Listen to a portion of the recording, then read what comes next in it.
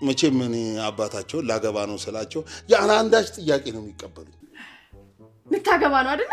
አዎ ልጆቼ ላገባ ነው።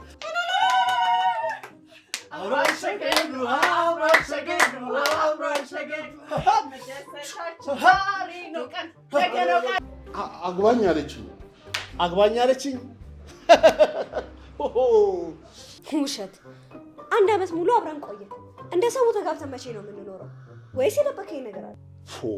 ዛሬ ደግሞ ተነስቶብሻል አይደል? አሻንጉሊት አገኘካ መጫወቻ። የምር እኔ ያስቀይምሻለሁ። ከትዕግስቴ በላይ ይሆንሽ ነው። አፈር ድሜ ነው ማለት ነው ብዬ ማለት ነው። አቡቅላሊት የማር ሰፈፍ እኮ ናት። እንደ ስሟ ውብ፣ እሸት፣ ጥንቅሽ የምትበላ ሰላም አለ። ይሄ እናንተ ፍቅር የህፃን ልጅ ጨዋታ እየመሰለ ነው። መጨረሻ የሌለው ነገር። የምን የቃቃ ጨዋታ ነው? ግን አዲሷ ሙሽራ መች ነው የምትመጣው? ሙሽራማ ዝም ብላ አትመጣም እንዴ? ለራስ ደግሰን እኔ ሚዜ ሆኜ አስበዋል። አባ ሰርግ የሚባል ነገር የለም። መቼም እንዴት እንደማፈቅርሽ ለአንቺ የማልሆነው ነገር እንደሌለ ታውቂያለሽ። ፍቅር ብቻ ምን ይሰራል? መሬት ጠብ የማይል ነገር። ሽቶ የለም ምንድን ነው የጨረስከው? ቆይ አንተ የራስህ ሽቶ የለም እንዳትቀባም ለምንድን ነው? ቆይ ቀይ ነው የምትነካብኝ? ማነው ሽቶ ደግሞ የሚነካው? ጀመረሽ ደግሞ ያው ግደረቅ ባላገኘህልኝ አይደለም ሌላ ሞክሪ። እሺ ጨረታ አሸነፍክ? ሌላ ቤት ገዛ። አባ ሁለታችሁም ልክ አይደላችሁ። እና ምንድን ነው? ያንቺ ፈገግታ እኮ ለእኔ ምሳዬ እኮ ነው። ታዲያስ እኮ ድጂ ነው የሚያምርብሽ።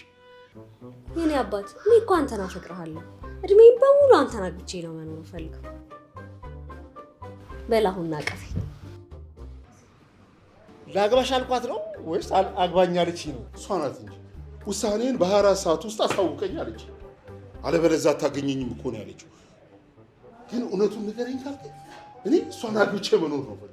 በእኔና በባለቤቴ መሀል ማንም ሰው ጣልቃ አይገባም እስከ ዘላለም። እኔ አባቢ አዲሷ እናታችን ከአሁኑ ትናፍቀኝ ጀመር። ቆይ ግን እንዴት ናት? በጣም ቆንጆ ናት። ትልቅ ናት። ትልቅ ብትሆንም ችግር የለውም። ዋናው ነገር ትወልዳለች ወይስ አትወልድም የሚለው ነው። እንዴ አንቺ አባ ይዞ ይመጣ አሜሪካ ከብት ነው እንዴ? ውዴ እንዴት እንደማፈቅርሽ ታውቂያለሽ። አንቺን አጥቼ መኖር አልችልም። እኔ ካንተ በእድሜ ስለማንስ ነው ማታገባ? ያውሯ ያበሻ ወሬ ዳቦ አይገዛም።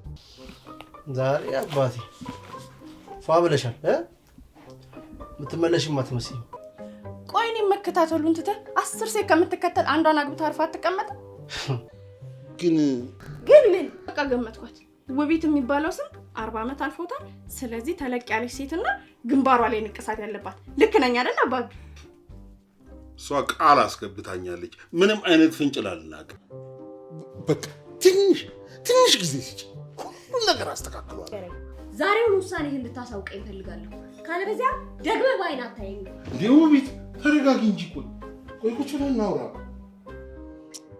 እኔ እኮ የልጆቼ ነገር ነው ግራ ይገባል። አዲሷ እናታችን ገና ከሆኑ እየናፈቀችን ነው። ሁለቱም ተለያዩ። ልጆቹ ጋር መግባባት ትችላለች። ልጆቹ ደግሞ አንቺ ትወዱሻል። ይሄ እኮ የማይመስል ነገር ነው። እንዴት ነው እኔ ከነሱ ጋር እናት ሆኜ የምኖረው? አስተዳደጋቸውን እኮ ብታይ ከኔ ትእዛዝ አይወጡም። አንቺ ደግሞ መጣሽ ማለት ከአንቺ ትእዛዝ አይወጡም። እነሱ